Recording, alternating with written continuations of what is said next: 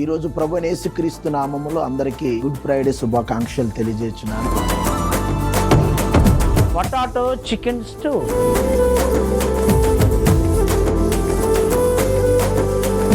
butter omelette toast,